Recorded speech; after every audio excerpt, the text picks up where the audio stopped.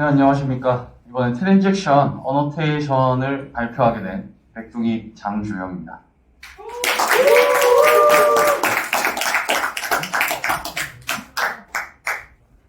저희들이 트랜잭션 어노테이션을 사용은 어떨 때 하는지 먼저 알아보도록 하겠습니다. 다음과 같은 샌드머니라는 메서드가 있습니다. 이 샌드머니 메서드는 멤버를 찾고 그리고 그 멤버의 돈을 차감하고 그리고 다른 멤버를 찾고 다른 멤버의 돈을 증가시켜주는 비즈니스를 수행하고 있습니다. 하지만 그 가운데 익셉션이 하나가 있는데 이럴 경우에는 우리는 어떻게 동작했으면 하는지에 대해서 고민을 하게 되고 트랜잭션 어노테이션을 붙이는 경우가 많으실 겁니다. 조금 더 직관적으로 보기 위해서 그림을 가지고 왔습니다. 첫 번째 작업이 제가 아까 말씀드린 위의 작업일 거고 두 번째 작업이 아까 말씀드린 코드의 아래쪽 작업일 겁니다. 그리고 중간에 익셉션이 뻥 터졌습니다. 그러면 예상해 보건대 A 계좌의 돈만 10만원 차감되고 B 계좌의 돈은 10만원 증가하지 않을 것입니다. 그러면 10만원이 공중에서 분해가 된 것이죠. 그렇다면 이 경우를 어떻게 하면 우리는 바로 잡을 수 있을지, 원래 상황 둘 다 돈을 잃지 않는 경우를 가져올 수 있을지 한번 보시겠습니다. 바로 트랜잭션을 끝까지 가져가는 겁니다. 하나의 트랜잭션으로 연결을 해서 어느 곳에서 익셉션이 터지더라도 원래 초기 상태로 돌아가기를 바라고 있습니다. 따라서 우리들은 트랜잭션 어노테이션을 위에 붙여주고 있는 것을 볼 수 있으실 겁니다. 간단하게 글로 한번 읽어보자면 성공적으로 수행되었을 경우 모든 결과를 DB에 일괄적으로 반영, 커밋하고 하나라도 실패한다면 모든 작업은 원상복구, 롤백하고 싶은 욕구를 실현한 게 트랜잭션 어노테이션이라고 말해줄 수 있을 것 같습니다. 그럼 조금 더 단순하게 생각해 보겠습니다. 트랜잭션은 어떻게 시작하고 어떻게 반영을 하고 어떻게 돌아갈까요? 세 가지 단어면 충분할 것 같습니다. 바로 begin, commit, rollback을 하는 것입니다. 단순하게 이 세 개의 단어로 우리는 트랜잭션을 다룰 수 있다는 것이고 데이터베이스가 하는 것이 아닌 우리 개발자가 이 세 개의 단어를 쓰고 싶다는 말입니다. 그렇다면 이 트랜잭션 어노테이션을 좀 더 알아보기 위해서는 순수 자바, JDBC로 어떻게 구현되어 있는지를 먼저 보면 좋을 것 같습니다. 맨 뒤에 보시면 데이터 소스로 커넥션을 가지고 오고 있습니다. 그 커넥션에다가 set auto commit 펄스를 주고 있는 것을 볼 수 있습니다. 원래 트랜잭션은 데이터베이스가 가지고 있는 기능입니다. 이 기능을 우리 개발자가 다루기 위해서는 오토 커밋에 펄스 옵션을 주면 됩니다.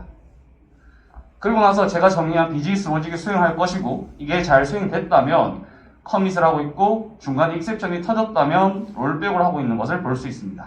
하지만 저희들 아까 이 앞에서 본 코드는 저희들이 트랜잭션 어노테이션을 달아서 아주 간단하게 보는 코드와는 조금 다른 어색함을 느끼실 겁니다.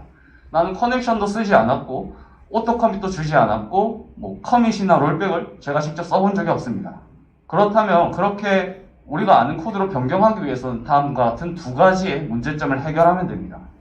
첫 번째는 커넥션을 유지하는 것입니다.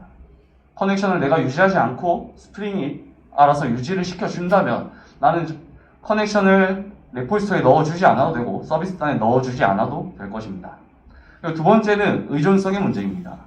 여러 가지 데이터베이스를 쓸 거고 또 트랜잭션을 중복해서 쓸 일도 생길 것입니다. 이런 경우에 나는 데이터베이스에 의존하지 않고 또 데이터베이스 접근 기술에 의존하지 않으면 아까와 같은 코드가 나올 것으로 예상할 수 있을 것 같습니다. 첫 번째로는 커넥션 유지 문제점에 대해서 한번 알아보도록 하겠습니다. 글로 한번 읽어보자면 커넥션 오브젝트를 계속 함수의 파라미터로 넣어주고 있는 것을 아까 보셨을 겁니다. 스프링은 그래서 독립적인 트랜잭션 동기화 방식을 추천을 하고 있는데 그것을 지원하는 메서드가 트랜잭션 시리얼레이션 매니저입니다. 다음 메서드는 현재 스레드에 대한 트랜잭션 동기화를 활성화하고 트랜잭션 시작 시 트랜잭션 관리자를 호출하는 기능을 담당하고 있습니다. 그래서 아까와 같은 코드를 이렇게 변경이 가능합니다. 보신다면 레포지토리에 커넥션을 넣어주고 있는 게 없어진 걸 볼 수 있을 것입니다. 그리고 업데이트에도 커넥션을 넣어주고 있는데 사라진 것을 확인하실 수 있을 겁니다. 왜냐하면 저기 커넥션을 지금 데이터 소스 유니츠에서 가지고 오고 있는데 가지고 오고 있단 말은 어딘가에 커넥션이 존재한다는 말입니다. 따라서 한 번 생성한 커넥션을 가지고 와서 쓰고 가지고 와서 사용을 한다고 생각해 주시면 좋을 것 같습니다. 그리고 다음 문제의 의존성 문제를 한번 해결해 보도록 하겠습니다. 의존성 문제는 다음과 같은 형식으로 이루어져 있습니다. 서비스에서 레포지토리, 데이터베이스에 접근해서 다음과 같이 트랜잭션을 구현을 하고 싶은데 JDBC를 사용할 수도 있고 JPL을 사용할 수도 있고 다양한 데이터베이스 접근 기술을 사용하고 있습니다. 이것마다 트랜잭션은 다르게 동작을 해야 되는데 이걸 어떻게 하면 조금 연관관계를 줄여줄 수 있는지 생각해보면 이렇게 추상화를 해버리면 되는 것을 볼 수 있습니다.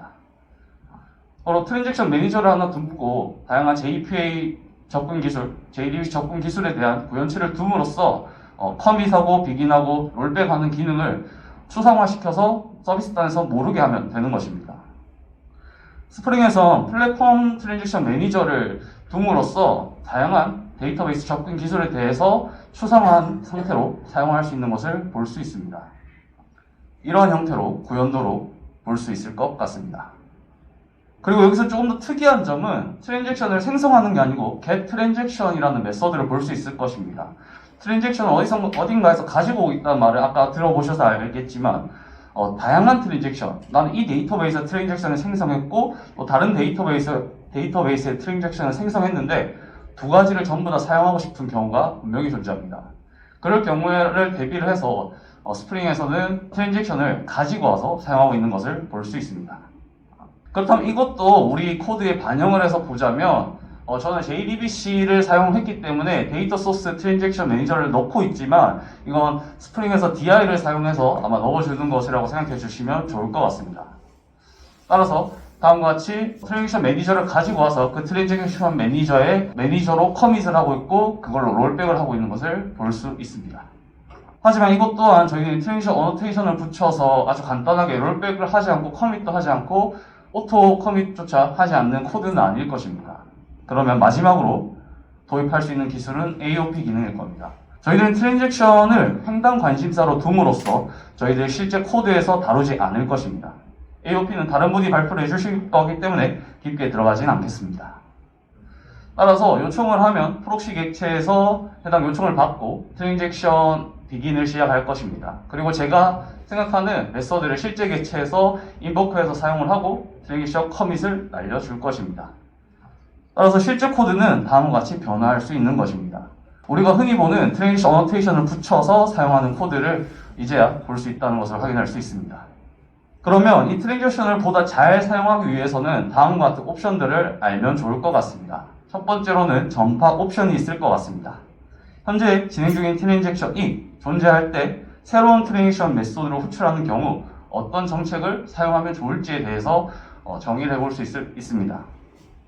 다음과 같이 분모 트랜잭션이 있고 다른 트랜잭션을 적용을 할 때 어떤 정책을 사용하면 좋을까? 라고 생각해 보실 수 있을 것이고 제일 먼저 나오는 게 required입니다.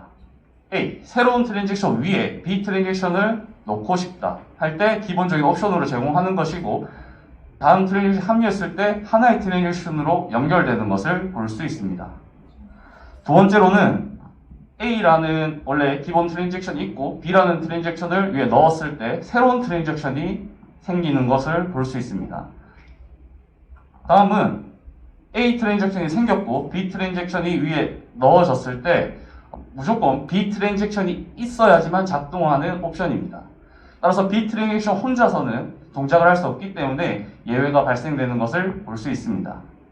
다음은 네버라는 옵션인데 트랜잭션에 무조건 적용되면 안 되는 옵션입니다. 다음과 같은 서포트랑 not supported가 있는데 굉장히 사용하는 빈도수가 적기 때문에 간단하게 글로만 적어 보았습니다. supported는 이미 시작된 트랜잭션이 있으면 참여를 하되 없으면 트랜잭션 없이 기능만 동작하게끔 되어 있습니다. not supported 같은 경우에는 그냥 단순히 기능만 동작한다고 생각해 주면 좋을 것 같습니다. 그리고 저희들이 많이 들어봤을 격리 레벨을 다루고 있습니다.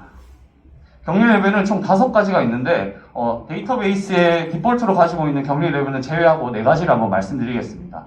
첫 번째는 read uncommitted고 다음과 같이 동작하는 걸 볼 수 있습니다. 커밋되지 않았는데도 다른 트랜잭션에서 데이터를 가지고 왔다 수령했다가 자유롭게 사용할 수 있는 것을 볼 수 있습니다. 다음 옵션은 read committed입니다. read committed 같은 경우에는 트랜잭션 A라는 트랜잭션에서 이 데이터를 사용하고 있대 B라는 트랜잭션에서 커밋되지 않으면 원래 기존 데이터를 가지고 가는 것을 볼 수 있습니다. 다음은 리피터블 옵션인데 지금 보시면 시작 A라는 트랜잭션이 시작했고 B라는 트랜잭션이 222번을 셀렉트하고 있는 것을 볼 수 있습니다. 그 경우 부산, 원래 가지고 있는 부산을 가지고 가는 것을 볼 수 있습니다. 이 테이블은 생성을 할 때는 막을 수가 없습니다. 새로운 테이블 레코드를 생성했을 때는 유령 레코드가 생성이 되는데 그 테이블이 나중에 보일 수도 있다는 단점을 가지고 있습니다. 마지막으로 시리얼라이저블이 있는데 이 옵션은 하나의 트랜잭션이 동작하고 있는 데이터에는 접근 자체를 불가시켜주는 기능을 가지고 있다고 생각하면 좋을 것 같습니다. 정리를 하자면 제가 순서대로 말씀드렸는데 고립 정도가 높아지면 높아질수록 내가 기다려야 되는 시간, 내가 원하는 데이터에 접근하기 위해서는 점점 어려워진다고 생각하시면 될 것 같습니다. 그리고 타임아웃이라는 게 있는데 이 트랜잭션이 몇 초 또는 내가 원하는 시간 안에 끝나지 않으면 익셉션이 터지는 옵션도 있고 리드온리는 이 트랜잭션이 읽기 전용이기 때문에 데이터베이스의 데이터를 수정, 삭제, 추가할 수 없게끔 지정할 수도 있습니다. 좀 재밌는 것은 이 리드온리 옵션 같은 경우에는 JPA랑 좀 관계가 있습니다. 바로 영속성 컨텍스트에서 변경 감지를 위해 스냅샷을 보관하게 되어 있는데 이 리드온리 true를 주면 그것을 보관을 따로 하지 않아도 되기 때문에 성능 향상에 조금은 도움이 될 수 있다고 생각합니다. 이상 발표는 여기서 종료를 하고 Q&A 시간을 갖도록 하겠습니다. 네, 혹시 질문 있으신 분 손 한번 올려주시겠어요? 네, 고생하셨습니다. 끝내도록 하겠습니다. 다음 나와주세요.